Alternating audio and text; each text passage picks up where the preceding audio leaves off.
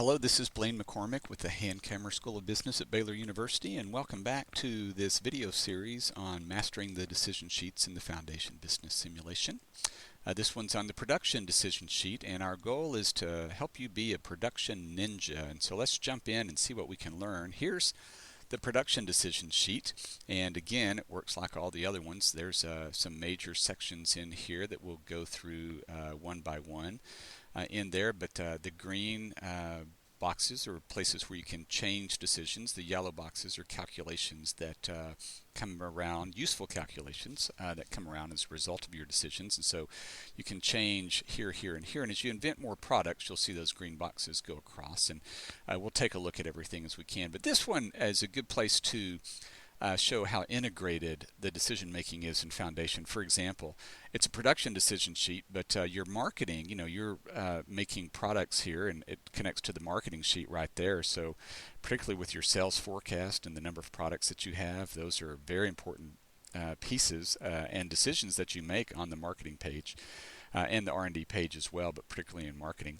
Your finance page connects down here with your maximum investment. You can watch the How to Be a Financial Ninja video to understand that a little bit better. Then your R&D page not only connects on the products but also on managing material costs. And so this is a very integrated page into your decision making. So things that you're deciding on other sheets will definitely affect your production. It's kind of part of the heart and soul of any business in there. And so let's spend a little time and anchor ourselves on how to make good decisions. I like to focus on return on assets. Somebody taught me on return on assets that the big question is, can you do a little more with a little less? And if we calculate ROA, it's just profit divided by assets, and that means can you do a little more or make a better profit with a little less, or a smaller asset base than you used to have, or at least not a smaller asset base than your competitors. Sure, you'll need to grow, but you can be too big. Are you managing that asset base correctly, where it's not too big or not too small, but just right? And I find that a lot of foundation teams just carry way more assets than they really need to compete effectively. And so can you do a little more with a little less is a good thing to keep in mind as you compete here. This is not part of your decision sheet, but this helps us visualize production. This is from page 4 of the Fast Track. And this does connect to your decisions. I'm going to say, here's this team Andrews isn't doing very well. That's because they have way more capacity. You can see these dark blue or purple lines here. They have way more capacity than they're using for production, and so that's a bad ROA. They're not even using everything that they have there, and that's going to hurt their return on assets here. Ferris is a little better. They have capacity. They're working their capacity harder. They're running some second shifts. They're doing some things like that in there. And really, some of your best teams are here in the middle. I just chose Baldwin, but they're not doing quite twice as much with a full second shift, but they're doing as much as their plant utilization planning allows them to do. And so our lines want to look, our firms want to look a lot more like this, and that's the ROA and the production question in there. So let's get to kind of the heart and soul of managing production, which is managing your capacity. And you inherit a company usually that can make 800,000 units on one shift. We always, not always, but it's usually quite wise to run 2 shifts on there. So you can buy and sell capacity here. If you need more, you can buy more or put in a negative number to sell. And here's one that I just love: the automation. Automation just helps you make products cheaper by reducing labor costs. And I just say, automate as best you can. There's consequences for automation in terms of revision times and flexibility and things like that. But on the whole, it's a great investment that really helps you control your labor costs in there. When you make a new product, let's say you invent product 4. When you invent a product, you need to buy capacity for it. So we bought 400,000 units for one shift capacity, and that'll be ready in a year. And we automated to 6, which is very expensive. In fact, this is a pretty expensive addition to our asset base, and hopefully we can get the financing for it. But that's kind of what it looks like whenever you start inventing new products there. But this is the heart and soul of the production page here.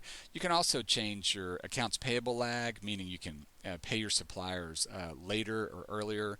If you pay them later, like at 90 days, they start withholding materials for you, and that improves your cash flow, but it can start hurting your production planning and make you a little bit less reliable. And I'll show you that here on this next slide here. And just again, a reminder, anytime you invent a new product, invest in new equipment. That's very important as we close out this lesson here. So invent and invest at the same time. Have that production ready for yourself. Let's go to the top of the sheet in scheduling production here, and it's pretty simple to do. You've got your unit sales forecast that carries over from your marketing page, and you'll have some inventory on hand. And you add those two together, and you have about you're going to need about 1,200. Well, you have 87,000 in inventory. You predict that you'll make a little more than 1.1, or you'll sell a little more than 1.1 million, and so that kind of helps us understand how much we're going to need in there. So we're going to make somewhere around 1,100, 1,200, 1,300. I usually like to have a couple of months of inventory left over in there. And so I'm going to schedule 1,300 or 1.3 million units for production. And then this number down here at the bottom, you can mouse over this little triangle if you want to read more. This is your actual production after adjustment. There's, it takes your revision date into account. If you're coming out late in the year or in the middle of the year, that number is going to be lower. Or if you're paying your suppliers later, like we said, in accounts payable, it's going to lower that number in there. And so if we invent a new product, let's say, or make a different set of decisions, let's say we only think we're going to sell 800,000 units and we have a lot of inventory on hand. Let's say we got left with 650,000 units in inventory, which is a lot given how much you think you're going to sell. Then you don't want to make as much. We only need to make a couple of 100,000 units on scheduling that production, and after adjustments, it's going to drop that down a little bit here. So this is how much you'd like to make and how much you're actually making, what you hope to sell, and how much you have on hand. So that's some pretty useful decisions in there. As you make your schedule your production and look at your capacity, you'll find a graph down there that I explain at length in the plant utilization video on the channel. But you'll have your base capacity and how much you can make with 2 shifts, and you really always want to kind of be in between these 2 lines and watch the plant utilization video for a more detailed explanation of that. I'll just refer you to that video there. Let's go to the middle of the decision sheet. Nothing that you can do to these are just calculations, they're not decisions for yourself. But it's a very important part on understanding and improving margins. Great companies have great margins, and so as you automate, you drop your labor costs, and so we always want to minimize those labor costs through automation. And it tells you what your approximate labor cost is there.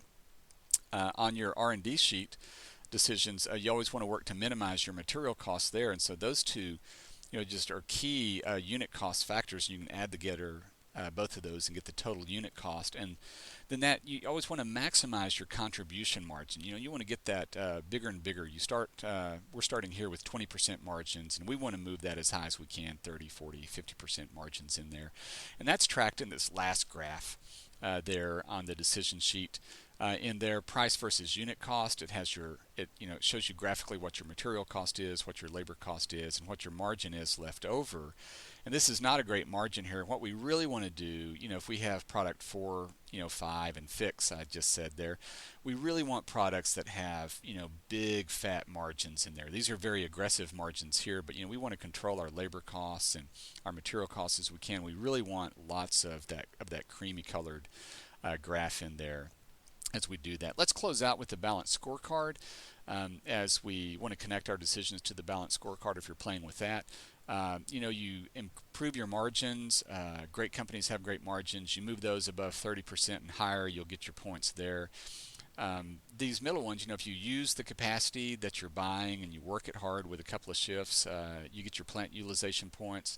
If you learn to manage your working capital, that's cash and inventory management. I've got another video on that you can look at. But that's just, production-wise, you want to have some inventory left over. You don't want to be stocking out.